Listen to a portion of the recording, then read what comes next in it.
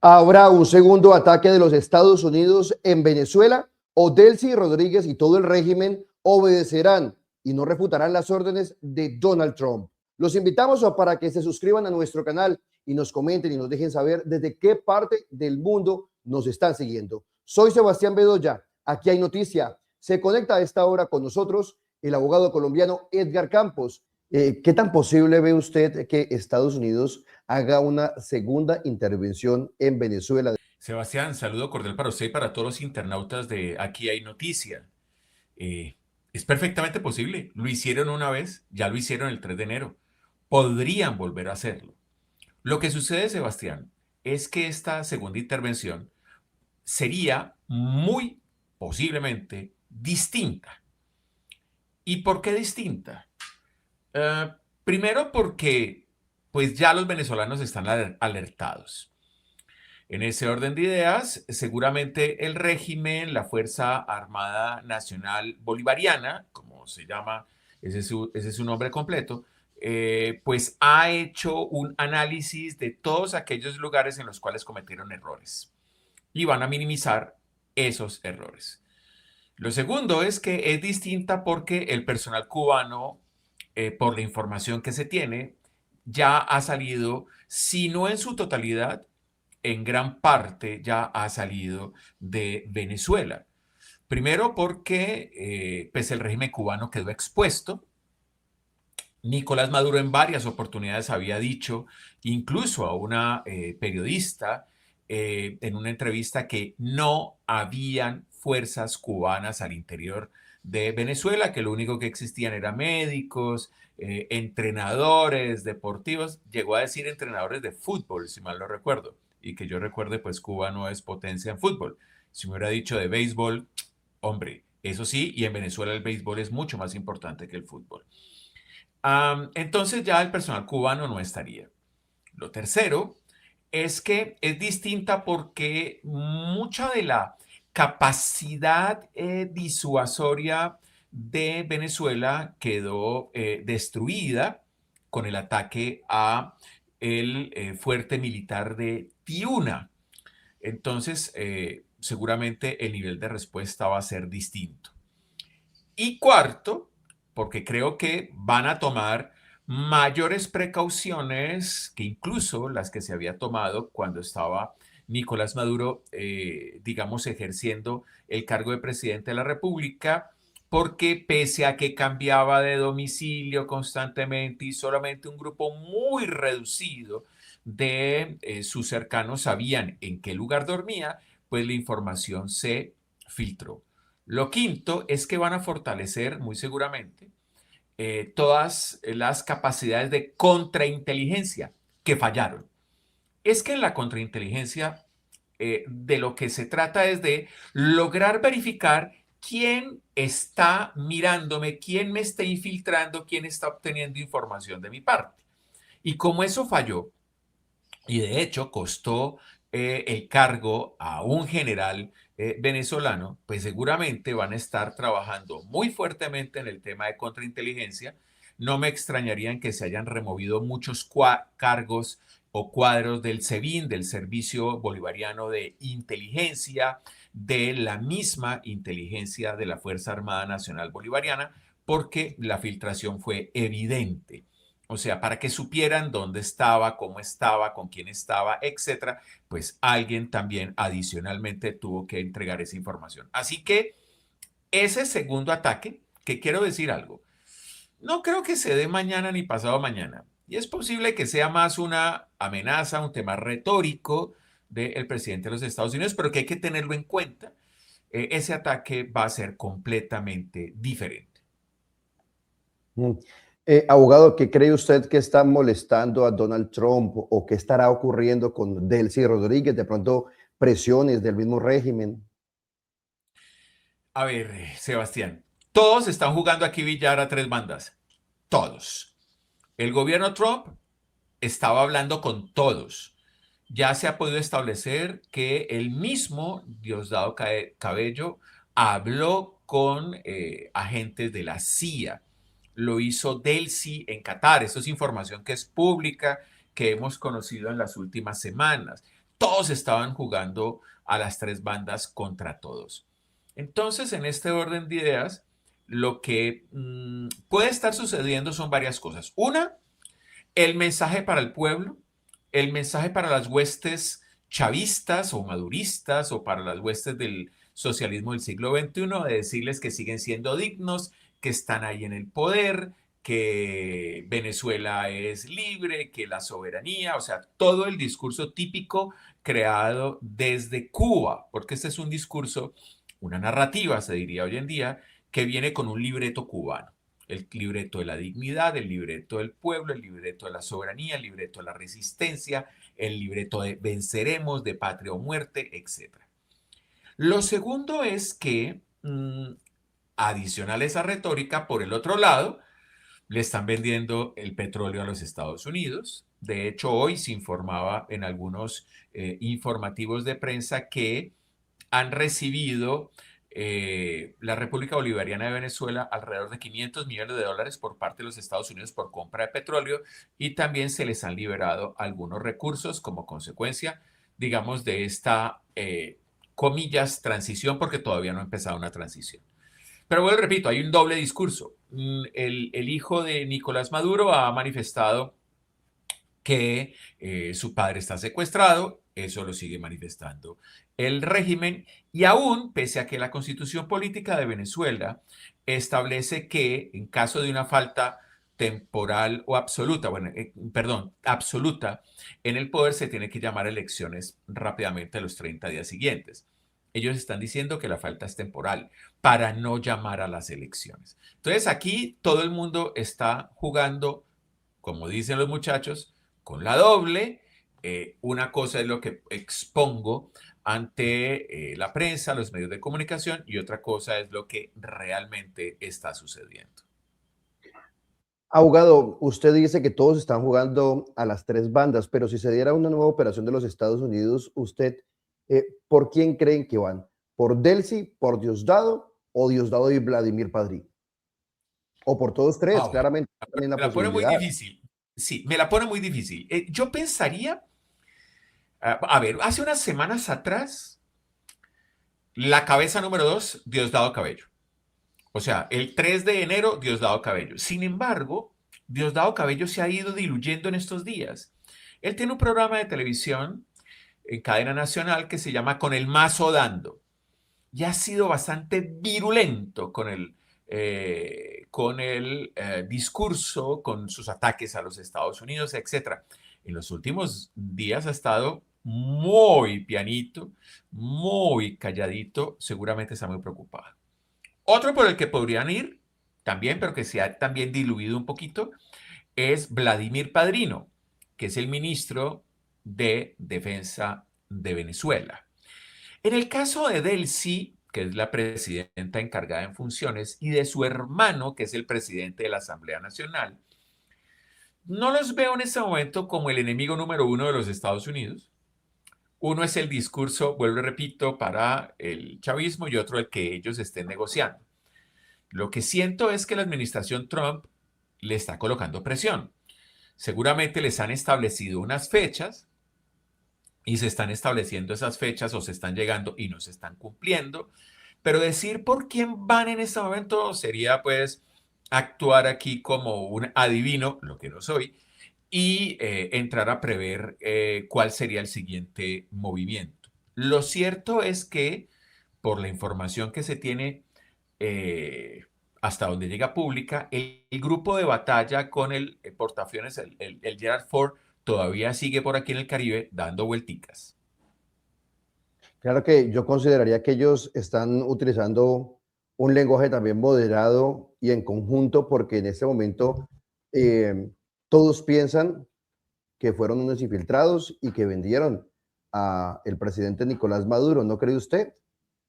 Claro, y le cuento, la historia nos va a informar en algún tiempo que hubo una infiltración al círculo más cercano del presidente Maduro.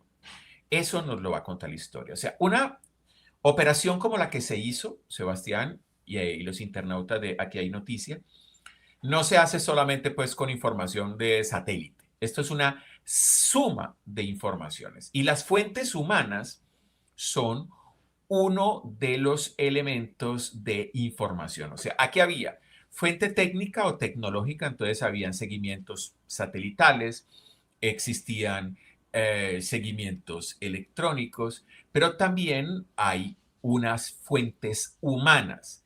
Lo dijo el presidente Trump, que había autorizado a la CIA para que operara en Venezuela, y apenas arrancó esa autorización, seguramente empezaron a trabajar allí en territorio venezolano infiltrando personas. E infiltrar personas implica muchas cosas. Implica, obviamente, contar una historia y traer a esa persona para este lado para que trabaje conmigo. Obviamente, en inteligencia militar toda información está compartimentada, nadie sabe todo, cada uno sabe un pedacito y nadie tiene todas las fichas del rompecabezas, razón por la cual lo que diga uno es solamente un eslabón dentro de la cadena. Y adicionalmente, todo se verifica, o sea, no es solamente una fuente humana. Por eso le digo que había distintas fuentes de inteligencia tecnológica, de inteligencia satelital, fotografías, etcétera. Entonces, claro, esto genera una gran paranoia al interior del régimen. Créame, ahí no deben estar confiando ni en la sombra. Máxime que todos ya quedaron al descubierto de que todos estaban hablando. Entonces cada uno va a estar cuidándose muchísimo de qué habla, cómo lo habla. Debe existir paranoia con el tema de los equipos electrónicos. Seguramente todos han cambiado teléfono, todos han cambiado computador. Seguramente todos destruyeron los relojes que tenían y compraron nuevos relojes porque se dice que en un reloj la CIA le insertó el chip para ubicar a Nicolás Maduro, y entonces con ese nivel de paranoia, pues usted qué es lo que hace, trata de minimizar el riesgo. Yo quiero contarle algo de la historia de Colombia. Hubo un momento en el que las fuerzas militares colombianas que históricamente han infiltrado las guerrillas, eh, un momento en el cual se, yo no puedo decir si fue cierto o se hizo creer, porque también se crean historias paralelas, Sebastián. Se hizo creer a el Mono Jojoy, o se hizo de verdad la operación, que en sus botas iba un chip de ubicación. El Mono Jojoy tenía diabetes y sus botas eran botas especiales. Y los diabéticos saben que una de las consecuencias de esa enfermedad se nota en sus pies, y por eso su pedicure tiene que ser tan específico, porque no pueden tener cortes, etc. Y dentro de esa historia se detectó que él había mandado a hacer unas botas. Y entonces se llega al lugar donde se hacen las botas, se inserta el chip o se le hace creer que llega el chip, etcétera, y luego se pudo establecer en esa operación tan fuerte que lo dio de baja la cantidad de explosivos con los cuales fue atacado ese búnker en el cual él se encontraba, y que después solamente pudo ser reconocido por un reloj que tenía en su muñeca. Así sucedió, por ejemplo, con Hamas e Israel. Infiltraron todos sus medios de comunicación y pusieron unos detonadores en los buscapersonas. O sea, habíamos regresado a la época de los 80s y los 90, los famosos beepers y los radios de comunicaciones, y los hicieron explotar en un mismo día. Entonces, con esos antecedentes, seguramente el régimen está minimizando desde el punto de vista electrónico todo, y nadie va a querer guardar nada de lo que tenía en el pasado, porque de pronto se encuentra tecnológicamente comprometido, y esa es una forma de revelar su ubicación. Sobre el lenguaje de lo que estamos refiriéndonos aquí, Delcy Rodríguez también dijo en su momento, basta ya, en un audio que se conoció a través de un medio internacional sobre una llamada de Estados Unidos que al parecer le había dado 15 minutos. ¿Usted cómo considera ese llamado de ella? Ese basta ya, ¿es desespero? ¿También es Bueno, paranoia? Sebastián, lo de los 15 minutos no fue técnicamente una llamada, sino que dicen que cuando estaban en plena operación de exfiltración de Nicolás Maduro, los contactaron a todos no sé si por teléfono, si con gente presencialmente, les dijeron, bueno, lo primero que les dijeron era que habían dado de baja a Maduro y a Cilia. Eso fue lo primero que les dijeron, según dice ella en ese audio que se ha conocido. Y lo segundo es que les daban 15 minutos para que decidieran qué iban a hacer y si iban a colaborar o no iban a colaborar. Yo no sé si eso fue cierto, eso lo dice ella. De hecho, el mismo régimen, una vez es tomado Maduro, eh, Telesur, a través de un comunicado de la presidenta de la cadena, empezó a decir que Delcy había exigido que se la llevaran, perdón, Cilia, escúcheme, la cónyuge de Maduro, había exigido que se la tenían que llevar a ella también. Que el tema era que habían ido por Nicolás, pero que ella había exigido que ella también tenía que ir con él. Eso es un tema de la narrativa para mostrar que el título que ella tiene al interior del régimen chavista es de la primera combatiente, es el título que le han dado, pues que efectivamente es toda una combatiente y que había decidido también acompañar a su pareja hasta el final. Entonces, en el tema de las narrativas, cada uno vende una historia. En la historia de Trump ahora está diciendo que, se lo dijo en una entrevista, creo que fue a CBS en los Estados Unidos, tenemos armas magníficas, armas que la gente desconoce, y como está el tema aquel de un arma sónica que aparentemente afectó a los soldados y que les hizo manar sangre de la nariz, etcétera, y fuerte dolor de cabeza, pues si yo empiezo a recrear esa situación, finalmente nadie sabe si es cierto o no es cierto y todo eso va a quedar rondando en mi cabeza. Y mientras ronda en mi cabeza, pues imagínense el nivel de paranoia que me va a generar para que yo desconfíe hasta una cuchara que me coloquen en una mesa para tomar una sopa. ¿Será que esa recompensa, porque era bastante jugosa, si no estoy mal, 50 millones de 50 dólares? creo que eran Sí, 50 50. millones de dólares. ¿Será que se habrá pagado alguno de los que dijo la información dónde estaba Nicolás Maduro? ¿O de pronto usted qué cree, alguien del círculo cercano o incluso los mismos cubanos? ¿Por qué no se habrá llevado ese dinero? A ver, los norteamericanos cuando le ponen precio a alguien, ellos no tienen problema para pagar. Incluso en redes, esto ya es de analistas geopolíticos de lado y lado, he escuchado a venezolanos, he escuchado a cubanos, dicen que muy posiblemente los hermanitos Rodríguez recibieron, o si no todo ese dinero, parte de ese dinero. De hecho, uno de los primeros que manifestó que Delcy había traicionado a Maduro y que lo había entregado fue el ex vicepresidente de la República de Colombia, Francisco Santos. Lo dijo en una entrevista que salió a las muy pocas horas de la operación del 3 de enero. Y posteriormente, Jaime Bailey, en otra entrevista que creo que le concedió a la revista Semana en Colombia, también dio a entender que había una traición en el círculo más cercano. Yo no tengo la menor duda que alguien habló y no es un solo alguien, varios hablaron, pero como le digo, la información se analiza, se va encajando en el rompecabezas y con todo eso ya se tiene el mapa completo y se lanza la operación que estaba aprobada para hacerse desde el 25 de diciembre, según la última información que se conoce, pero que por temas de meteorología no se hizo, o sea, estaba lloviendo muchísimo en Venezuela. ¿Y por qué diciembre?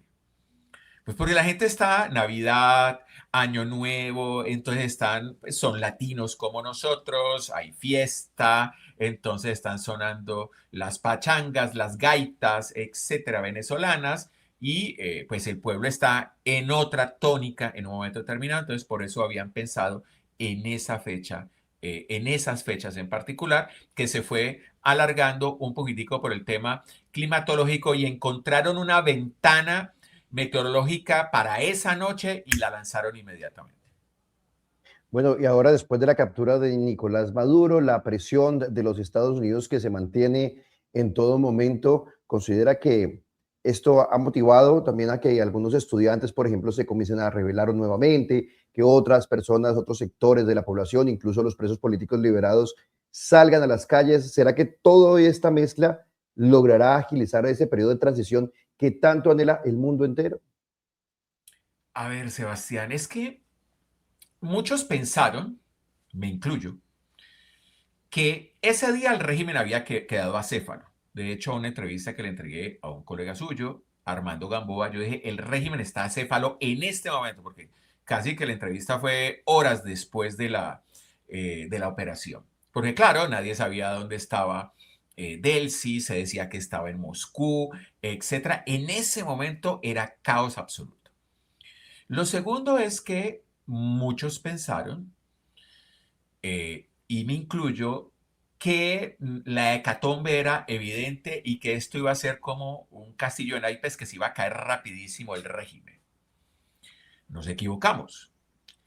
Y muchos pensaron al interior del régimen que los llamados a asumir rápidamente el poder eran, pues obviamente, Edmundo González, ganador de las elecciones, y María Corina, Premio Nobel de la Paz.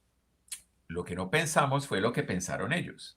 Una implosión controlada. Si se hubiera hecho inmediatamente el cambio de régimen, hoy tendríamos seguramente en Venezuela un baño de sangre. Los colectivos chavistas tienen armamento, fusiles AK-103 y 104, rusos. Algunos audios hoy en día después de la operación dan cuenta de que mucha gente después de esa operación fue a devolver el armamento que les habían entregado, pero todavía hay mucho armamento en la calle. Y esos colectivos han salido a, por lo menos, amenazar gentecita. Entonces, en ese orden de ideas, lo que yo pienso que hizo la administración Trump fue, bueno, esto vulgarmente se puede salir de madre, se puede salir de control. Hagamos un tema controladito, dejemos a alguien de ellos allí, pero hagámosles saber que el que mando soy yo, vamos liberándoles cositas, vamos presionándoles y exigiéndoles cosas. Es que, Sebastián, que liberen todos esos presos políticos en pocas semanas, ¿a cuenta de qué? Mi crítica a la separación de poderes en Venezuela ha sido esa. O sea, ni siquiera fueron los jueces los que ordenaron la liberación. Fue el mismo ejecutivo que dijo, suelten a fulano, suelten a Mengano, suelten a Perencejo, etcétera. Entonces yo creo que la administración Trump se está jugando un tema de manejar controladamente la situación, máxime que si ellos pretenden ingresar a operar a Venezuela, pues los norteamericanos van a ser un blanco muy fácil, pues todos estos rubios o se ven a leguas que son norteamericanos, excepto que sean ascendientes latinos, asiáticos, etcétera, y en ese orden de ideas sería ponerlos en franco riesgo. Pero en las próximas semanas va a empezar a operar la Embajada de los Estados Unidos. Ya han aterrizado muchos aviones del gobierno norteamericano con funcionarios de los Estados Unidos. Ya llegó el director de la CIA. O sea, los Estados Unidos están entrando. Cuba está saliendo, los Estados Unidos están entrando. Pero ellos quieren que esto sea controlado para que no pase lo contrario. Y es que se salga de control Venezuela y eventualmente se pueda afectar incluso la región. Colombia, Brasil, Guyana. Recordemos que en estos días nadie ha vuelto a hablar del Esequibo. El Esequibo es el oriente de Venezuela. De hecho, ellos tienen una frase que incluso es una especie de dogma, y es que el sol de Venezuela nace por el Esequibo. Y el Esequibo es el oriente de Venezuela, que hoy en día es Guyana, y ellos hablan de la Guyana Esequiba. Y ese Esequibo es muy importante porque ahí hay una gran cantidad de petróleo. Y antes de esa operación, por allá en noviembre o en octubre y en el año 2025, amenazaron con iniciar una operación militar en contra del territorio guyanés.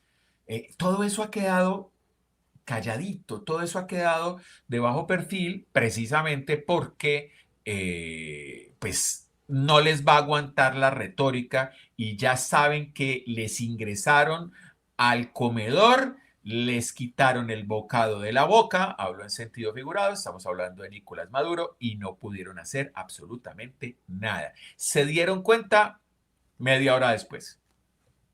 Y ni tan en sentido figurado, abogado, porque usted creería que, por ejemplo, otras dictaduras como Cuba, como Nicaragua, también fueran bajando su guardia debido a la presión de los Estados Unidos por esa intervención que hubo en Venezuela, porque para nadie es un secreto que Venezuela son los que mantenían prácticamente con dotación, con recursos, y pues ahora esto se les va a cortar y se les va a quitar el bocado de la boca, como usted decía. Pero es que, Sebastián, las realidades son distintas. ¿Qué tiene Cuba de recursos para ofrecerle a los Estados Unidos? Cuba no tiene petróleo. De hecho, las poquitas torres petroleras, cuando usted visita Cuba y va hacia la zona de Varadero y pasa por Matanzas, usted ve muy cercano a la costa, pues esas máquinas que se ven que están como bombeando para extraer el crudo. No son torres, porque las torres son normalmente para perforación, y ve una o dos. O sea, realmente ellos no tienen petróleo. No sé qué otros minerales puedan tener que le interesen a los Estados Unidos. Eso no quiere decir que Cuba estratégicamente no sea importante. Claro que es importante. Recuerde la crisis de los misiles. En la crisis de los misiles, gobierno del presidente Kennedy en los Estados Unidos, y ya estaba Fidel Castro en el poder. En la crisis de los misiles, el estar tan cerca Cuba de los Estados Unidos le permitía a la Unión Soviética tener unos misiles apuntando a 90 millas de los Estados Unidos. Y esa crisis se genera también porque Estados Unidos había instalado unos misiles en Turquía, y eso era también pegadito de la Unión Soviética. Entonces, desde el punto de vista estratégico, claro, Cuba es estratégico. De hecho, los cubanos, en su escudo, si ustedes miran el escudo de Cuba, tiene una llave, y esa llave lo que significa es que Cuba es la llave para ingresar al Caribe, a las Antillas. Esa es, digamos, la iconografía sobre la llavecita que está en el escudo. Entonces, en ese orden de ideas, ¿qué recursos, digamos, podría entregarle Cuba a los Estados Unidos más allá de su posición estratégica, que es importante? Pasemos a Nicaragua. En el caso de Nicaragua, es al revés. Nicaragua, desde el mismo momento en que se estaba construyendo el canal de Panamá, pensaba que podría hacerse un canal por su territorio. Obviamente, Nicaragua no es un istmo como el de Panamá, que es muy angostico, es un poco más ancho. Bueno, yo creería que es 2 veces el istmo de Panamá, pero eso es una ambición que tiene Nicaragua y hay proyectos desde hace bastantes décadas para hacer un canal interoceánico. Digamos que por ahora lo del tema del canal de Panamá y esas empresas chinas que iban a entrar a hacer unas explotaciones y demás, quedó parado porque Trump dijo, voy por el canal, y eso pusieron a los panameños a firmar cuanto documento fueran. Es que el tema de Trump, Sebastián, es que habla duro. Sí, podemos criticarlo, podemos decir que es retórico, etcétera, pero la gente sabe que tiene el poder, y con el anuncio de Venezuela, la gente sabe que es capaz. Mire lo que pasa con Groenlandia. Dijo, se las compro, no está en venta, se las quito si ustedes no fortalecen el sistema de defensa. ¿Por qué el sistema de defensa? Porque por Groenlandia podrían pasar misiles que sean lanzados desde Rusia, aunque hay otros misiles que saldrían, digamos, de Siberia y no pasarían por allí. Entonces, estratégicamente es muy importante. ¿Qué hizo inmediatamente la Unión Europea? Mandar tropas de OTAN. Dinamarca mandó tropas, Francia mandó tropas, creo que España va a mandar unas tropas, etcétera, como para decir, vení, vení, vení, calmate. Mira, aquí estamos todos, estamos jugando para el mismo lado. Entonces, él con un par de gritos pone a la gente a pensar inmediatamente, pero no creo que vayan por Ortega, ni creo que vayan por Díaz Canel. Díaz Canel, el presidente de Cuba. Lo que pasa es que en Cuba la situación es tan insostenible que cada día va a ser más difícil. Pues yo no puedo decir que Cuba cae mañana. Llevan 60 años de revolución y llevan 60 años todos diciendo que Cuba cae mañana, y no ha caído. han aguantado y aguantaron un periodo muy difícil que fue la caída de el muro de Berlín, la disolución de la Unión Soviética, eso lo llamaron periodo especial y han resistido y han sobrevivido. Lo que pasa es que Castro ya no está, Fidel, Raúl ya está muy anciano, pero ahí está, pero ya no es lo mismo. Pero que caiga mañana yo no lo puedo decir. Y que vayan por él y que vayan por Ortega tampoco. Creo que le están apostando a otra situación completamente distinta. Bueno, abogado, hay otra situación, pero ya trayendo para aquí, para nuestro país, este tema, y es que muchos ayer vimos con sorpresa la declaración del presidente de la República, Gustavo Petro, que dijo que era mejor que Estados Unidos devolviera a Nicolás Maduro a su país, a Venezuela. ¿Usted qué piensa de esas declaraciones de nuestro jefe de Estado? ¿Se acuerda de las mismas declaraciones que hacían los negociadores de las FARC con Simón Trinidad? Yo le digo algo, no lo van a devolver. Pueden hacer marchas, cacerolazos, etcétera. No lo van a devolver. Lo que pasa es que nuestro presidente también está en campaña. Y está en campaña desde el día 1 que asumió como presidente de la República. Y también una es la retórica para las huestes petristas o para la izquierda dura y otra es la llamadita por teléfono a Trump. ¿Recuerda usted aquella madrugada en la que venía un avión de los Estados Unidos con deportados colombianos y ya llegando a espacio aéreo colombiano dice no, no recibimos ese avión y lo hicieron devolver? ¿Y qué pasó esa crisis que se generó en esas pocas horas y todo el mundo tratando de convencer a los Estados Unidos que no nos sancionara, que nos pusiera aranceles de tanto, etcétera? Hubo unas cuantas llamadas y se le bajó el tono. ¿Recuerda usted cuando salió de la ONU, megáfono en mano? Creo que estaba David Gilmour, uno de los ex integrantes de una banda llamada Pink Floyd, y entonces con megáfono en mano pidiéndole a los soldados norteamericanos que no obedecieran las órdenes de Trump, que obedecieran las órdenes de la humanidad, pero después no, es que me sacaron de contexto, etcétera. Entonces, uno es el discurso para el común denominador de las personas y otra la llamadita telefónica. Él tiene una cita el 3 en Washington. Claro, de aquí al 3 se puede cancelar esa cita por cualquier circunstancia. Le dieron una visa especial por esos días. Pero si él llega al 3 allá, créame que ese tono altisonante va a tener que amarrarlo. Trump no tiene Por eso, problema ¿no con será que nadie. mejor le dio como, no sé, susto, por así decirlo, y por eso fue que dijo esa frase, buscará cancelar esa reunión que tiene programada? ¿O usted qué No pensará? lo, Porque ya estamos a pocos días de ese encuentro. sí, no lo sé, no lo sé. Pero ¿recuerda usted la reunión con Zelensky? Donde Trump regañó a Zelensky con todo lo que los Estados Unidos ha apoyado a Ucrania en el gobierno de Biden, porque Trump lleva un año en esta segunda administración y la guerra ya va para el cuarto año, y la regañada que le hizo Trump en plena oficina oval.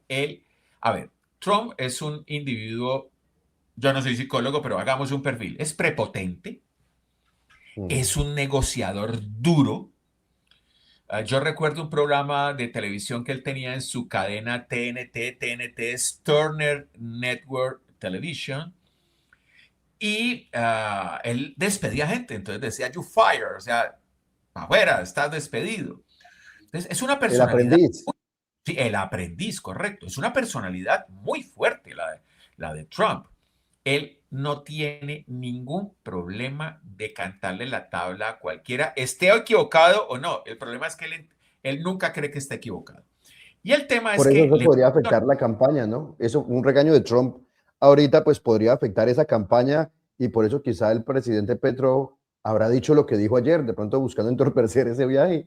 Pues mire, Sebastián, es que la puede afectar positivo o negativamente.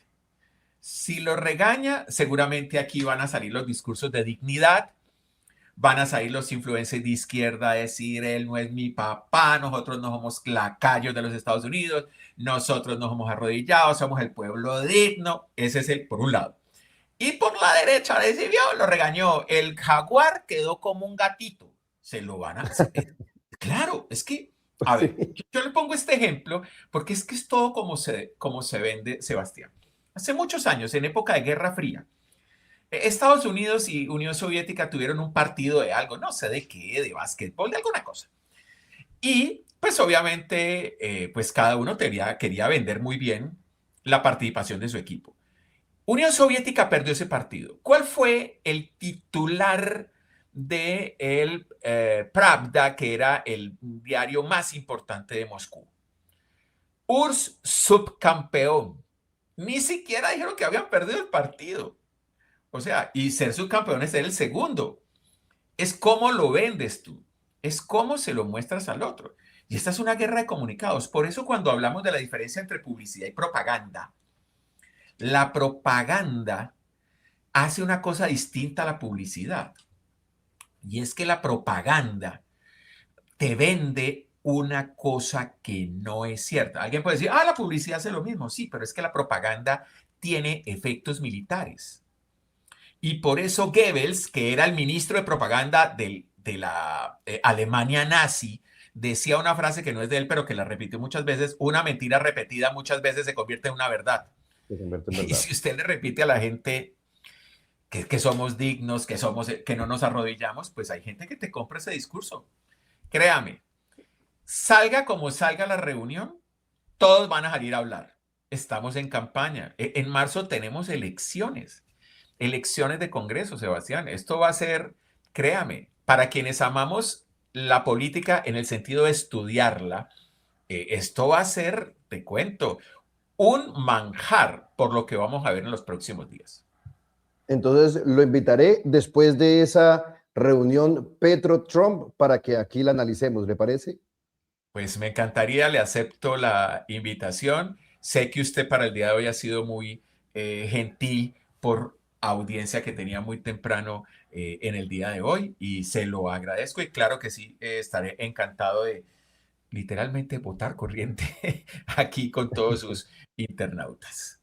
Bueno, pues muchísimas gracias por habernos acompañado, abogado Edgar Campos, y nos vemos entonces en una nueva oportunidad.